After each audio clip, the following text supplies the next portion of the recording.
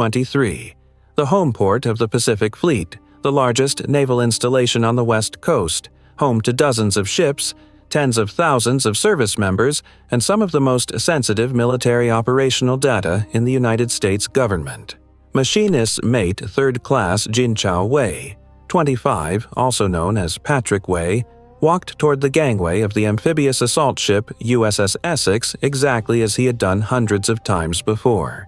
The FBI was already there. They had been building this case for 14 months. They had traced the communications. They had mapped the payments. They had documented, download by download and photograph by photograph, the transfer of thousands of pages of restricted United States Navy technical data from the secure systems of one of America's most capable warships to a Chinese intelligence officer operating through an encrypted messaging application on the other side of the planet. They let him get to the gangway, and then they arrested him.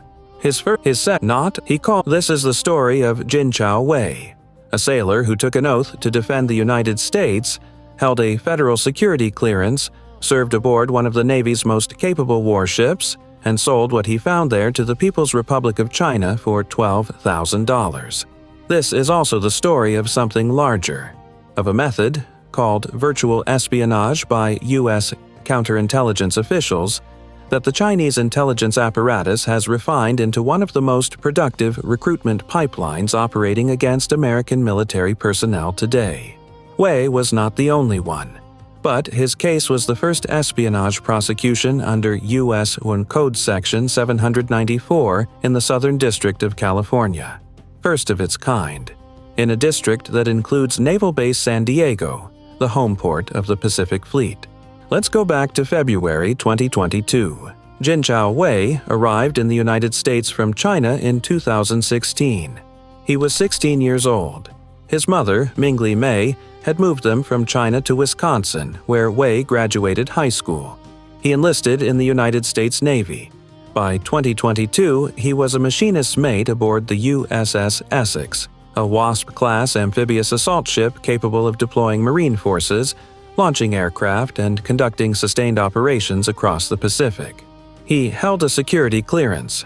He had access to the ship's main engine spaces, its propulsion systems, its weapons documentation, its operational manuals. He was, in the language of Chinese military intelligence, a target of exceptional value. In February 2022, Wei received a message on social media. The sender described themselves as a naval enthusiast, someone with an interest in ships and the sea. The kind of message that, in the architecture of Chinese intelligence recruitment operations, is designed to feel organic, a shared interest, a developing friendship, a relationship built slowly enough that the target's suspicion is never fully activated. Wei was suspicious. He knew it. He told a friend, another sailor, that he thought he was on the radar of a Chinese intelligence organization. He described the contact as extremely suspicious. He said the person was interested in the maintenance cycle of naval ships and wanted Wei to walk the pier daily to see which ships were docked. He said the person would pay him $500. And then, according to the evidence presented at trial, he told his friend that it was quite obviously espionage, and kept communicating anyway. What's your read? At what point does the FBI believe Wei crossed from curiosity to active collaboration? Type A, if you think the first payment was the line. Type B, if you think it was the moment he pulled the first restricted document from a Navy computer. Drop it in the comments. The intelligence officer, whose identity and precise affiliation with the People's Republic of China are documented in the federal case record, built the relationship over months. The requests escalated slowly.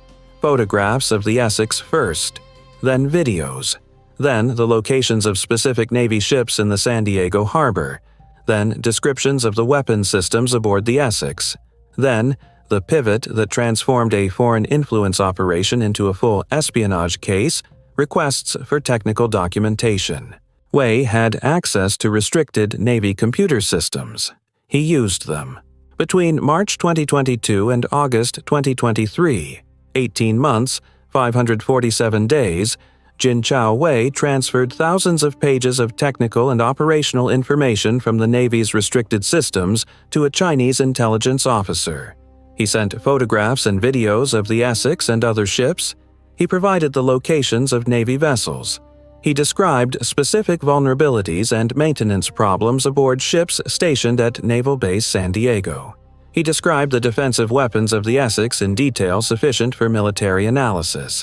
And he sent at least 60 technical and operating manuals, documents explicitly marked with export control warnings, cover pages that stated, in unambiguous language, that the contents were restricted, sensitive, and prohibited from distribution outside authorized channels, manuals covering power systems, steering, weapons control, aircraft and deck elevator operations, damage control, and casualty response, the procedures Navy crews use when a ship is under attack. Retired Navy officers testified at trial that the information Wei provided could give China specific advantages in developing their own amphibious capabilities and in targeting American ships. Not hypothetical advantages. Documented technical advantages. Derived from manuals that Wei pulled from restricted Navy systems aboard a ship whose crew trusted him with access to those systems because he had taken an oath and received a clearance.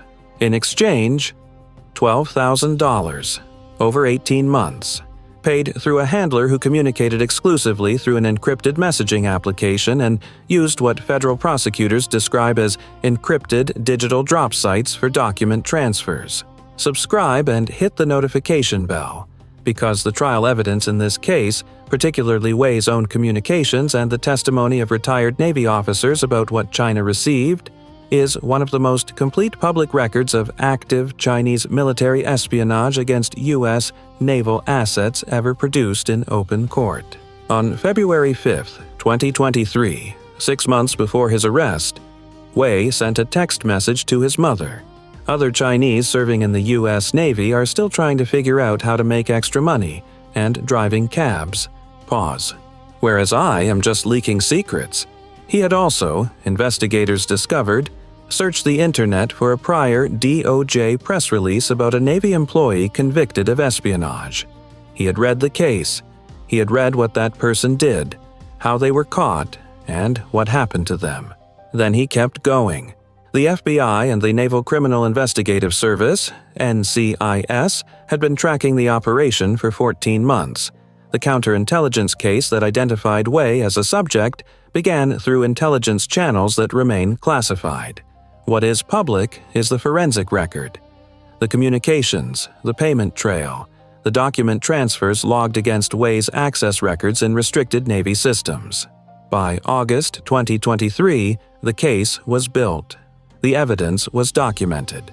The prosecution was ready. They arrested him at the gangway. A second sailor, construction electrician second class Wenheng Zhao, was arrested at approximately the same time on a related charge, receiving a bribe from a Chinese official. Zhao pleaded guilty in January 2024 to conspiracy to commit offenses against the United States and receiving a bribe. He was sentenced to 27 months. His case was a separate operation, a separate handler, a separate payment structure, but the same method. Social media. A gradual relationship. A payment for information from inside a U.S. military installation. 2 sailors, 2 Chinese intelligence operations, running simultaneously, inside the home port of the Pacific Fleet. You've seen the method. Social media.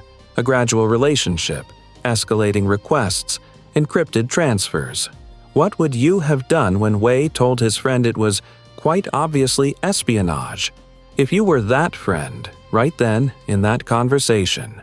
Comment your call below. The trial ran for 1 week beginning August 13, 2025. 5 days of evidence. 1 day of deliberation. Guilty on 6 counts.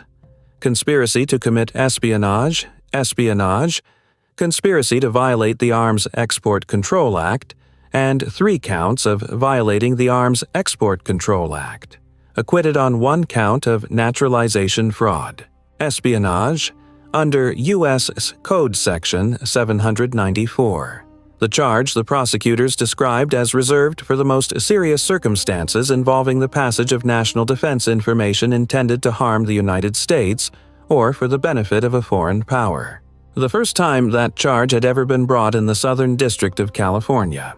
The defense argued that Wei had been manipulated, that the handler had taken advantage of his naive nature, that Wei desperately craved human connection and had been persuaded that his interest in naval things was not espionage, but was instead tied to the handler's supposed private shipbuilding company. His mother's letter to the court described him as a kind, polite, and hard-working boy who had found faith while in federal custody. The prosecution's sentencing memo said, "For $12,000 and a friend, defendant Jin Chao Wei betrayed his country. On January 13, 2026, U.S. District Judge handed down the sentence. 200 months, 16 years and 8 months in federal prison, below the 21-year sentencing guidelines recommendation from prosecutors, above what the defense had requested. The Deputy Attorney General said Wei had betrayed his country and compromised the national security of the United States. The NCIS director said he had knowingly betrayed his fellow service members and the American people. The FBI's special agent in charge in San Diego called it the conclusion of a first-of-its-kind espionage investigation. Wei was dishonorable discharged from the Navy. He will serve 16 years and 8 months in federal prison, $12,000. That is what he received for 18 months of operation, for 60 technical manuals, for thousands of pages of restricted data pulled from Navy systems, for the photographs and videos and ship locations and weapons descriptions that now exist in a People's Republic of China intelligence database somewhere. $12,000. And a